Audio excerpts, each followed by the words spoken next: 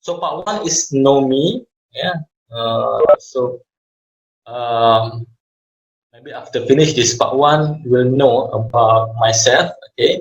Part two, writing skills. Part three, innovative mind, and part four, motivation. Okay, you see quote here.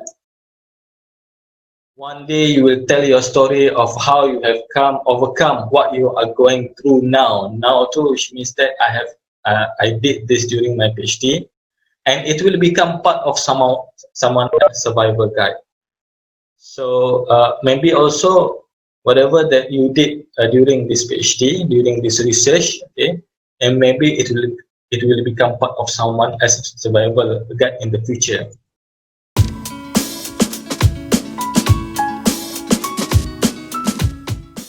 BSc in Industrial Chemistry in 2004 at age 22. Okay, and then immediately after that, I continue my master in chemistry in Department of Chemistry under the lead of Professor Dr. Ahmad. He was the Dean of Faculty Science. And then in 2011, immediately after I finished my master by research, I continue my PhD. Okay, maybe after that, and I got this National Science Fellowship. And during the one semester of PhD, I got lecturer. I got a job in UTM as a lecturer. At that time, it's under Faculty of Bioscience and Bioengineering. So this faculty is actually come from the Department of Bioscience, Department of Biology, Science, and they need staff from Department of Chemistry who can teach organic chemistry or chemistry related to biology. So I got that, and then I immediately after that, I got the job as a lecturer in the first semester of PhD, and then I continue my PhD under the same supervision, under the same place, and I got study leave for 3 years. And I tried to finish that, and within the time frame in 2000 up to 2011, yeah, I got my PhD in 2011 also in chemistry. So if you can see in this timeline, I also put it here, my life, okay, my family life. So I'm married during my PhD. I have first child there, okay, first child in 2008, and then so on. I got second child, third child, and last year I got fourth child, my daughter. So because I want to show you here that there's nothing wrong if you're married, if you're a family man during a PhD, there's nothing wrong with that. Okay. And then in 2011, after finish my PhD, I got promoted as a senior lecturer at age 29, and at age 33, 2015, I became head of Department of Biotechnology and Medical Engineering. So this is actually under FBME, Faculty of Biosciences and Medical Engineering. To get information as much as you can, to improve yourself. Okay, for Muslim, you are actually discouraged. Okay, you are encouraged to take as many knowledge as you can. Okay. But you are actually you cannot get this PhD because you want to get the title. Okay? Because at the end you will be what do you call this? You will sometimes will be regret. However, it can be your motivation to finish your PhD. Okay, it's just only motivation, but inside your heart, okay, niat is that you want to get knowledge during your PhD and also your master, not to get the title. If, for example, you already obtained PhD and then people not just call your name or call your Mister. It's okay, nothing wrong with that. Okay, just only title only. The most important is that you have your knowledge. Okay.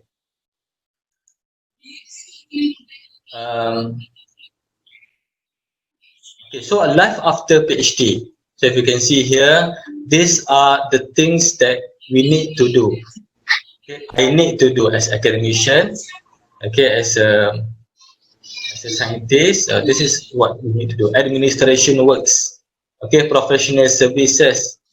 I need to do research, and the most important is on the teaching. Okay, administration works including, you know, meeting, and I need to come up with a decision, clerical works. Okay, clerical works or scholarly works. Okay. Sorry.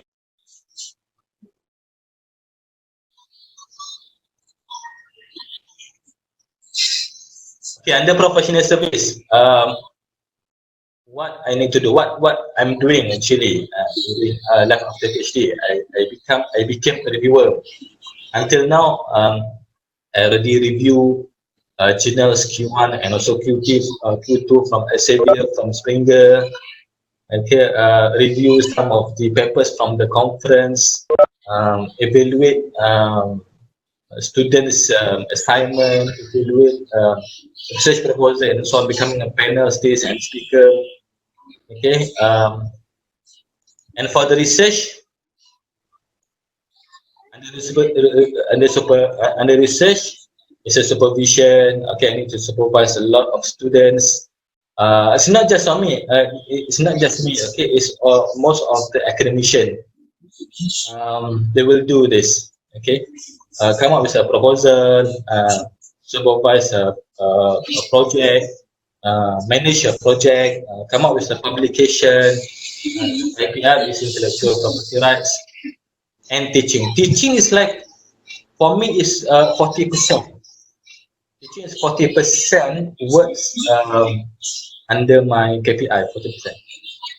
Okay, because I have a 60 students undergraduate, and each semester I will have a students. I will have an undergraduate student, and we need to comply with the MQA, Malaysian Quality Accreditation. So actually, life after PhD, the roles, I have so many roles, and becoming. I am a researcher. I'm a scientist. I'm a lecturer. I'm inventor, mentor to the mentee, worker, leader for organization, leader for the project, leader for the family, leader for the community. So this is actually life after PhD.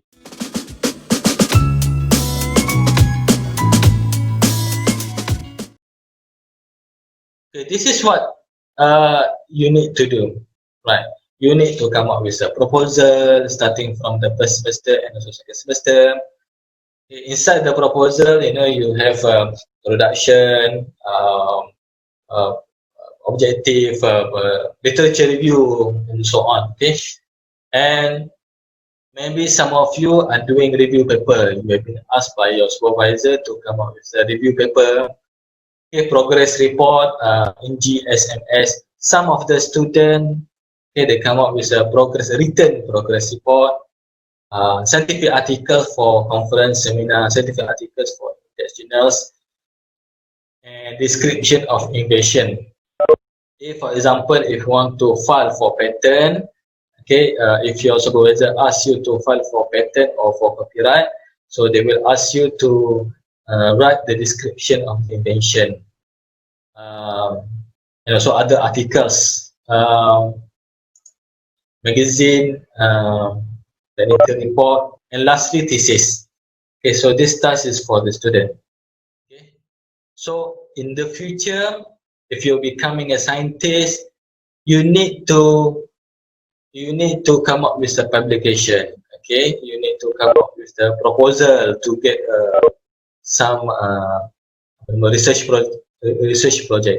If you become entrepreneur, if you say, okay, I want to become entrepreneur, I want to become a businessman, you also need to come up with a good proposal to obtain some of the funding, because some of the fundings is come from the government. They give a lot of money to start the company, but you need to come up with a good proposal also. So the proposal is come from the writing skills.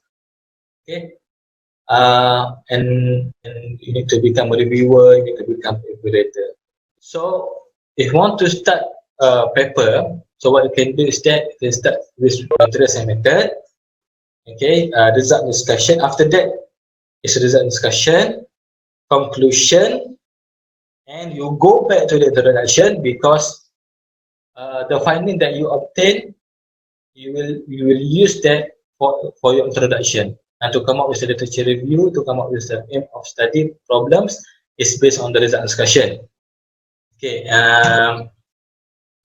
and then after that, abstract, formatting, and make sure that, okay, you need to email to your supervisor, your co-supervisor, and your co-author to improve your manuscript, and then submit for proofread.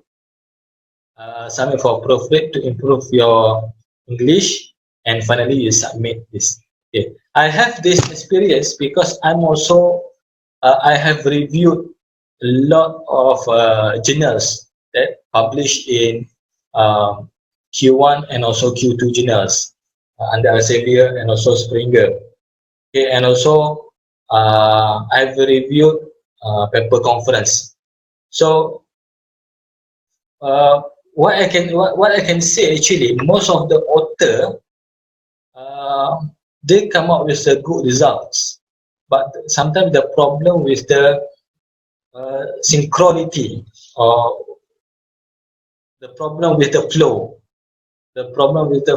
flow, starting from the introduction, from the title go to abstract, and so on up to the conclusion. It does not tally with each other. So it's actually it makes us confused on how we want to evaluate the paper. Okay. And one more thing is actually, okay, if you want to submit for Q1 and also Q2 journal, make sure that try to reduce or try to minimize a simple error. Simple error, for example, like the inconsistent format of a reference. And so this is actually effect that is actually affect to my life after my PhD. Okay. So it's actually enhanced skill in preparing scientific skill, enhance my critical thinking skill, enhance reviewing skill, enhance skill in using technology. Okay, I want to emphasize on this. Enhance skills in using technology. So we know that, okay, if you see the technology evaluation here, okay, Microsoft Word, okay, Microsoft Word, yes, Microsoft Word, Microsoft PowerPoints, also Windows, and because I managed to enhance my skills in using Microsoft Office, Word, PowerPoint, Excel, and Graphic Prism, so it will be much easier for me to use this application. Okay, so it's actually reduce my time to complete one task, okay, because of this technology.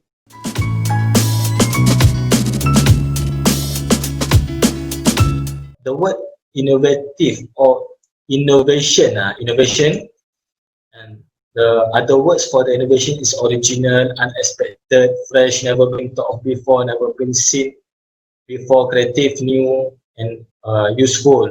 Okay, okay.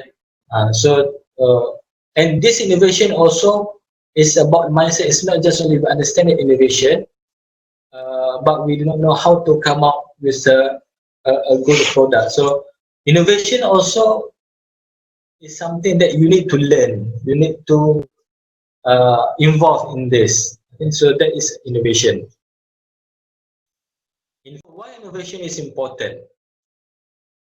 Whether you are doing PhD now or a life after PhD, okay, the innovation is important because the activities and process of making innovative products will trigger innovative mindset, which is the innovative mindset is critical and creative thinking, and also entrepreneurial thinking, your mindset actually.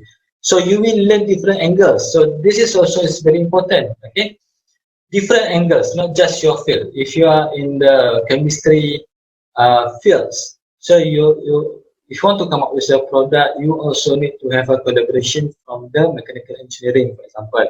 Okay, from marketing view, from the business view, from IT view, and so on. Okay. And what is important for why innovation is important? Okay, although you are not directly involved with innovation, although you are not becoming businessman, although you are not becoming entrepreneurial, okay, you can improve yourself. Okay, for example, like you are becoming more persistent, more competent, more open-minded, proactive. Yeah, you will take challenge. You will have high IQ and EQ. You will have more networking and extra. So research is actually related to novelty. Novelty related to the innovation. So the novelty is the quality of being new and unusual, something that has not been experienced before. It is interesting. Yeah. So put the innovation in your research element. Put the innovation elements in your research, whether during your PhD now or after you obtain your PhD. Okay, in your career, in your future.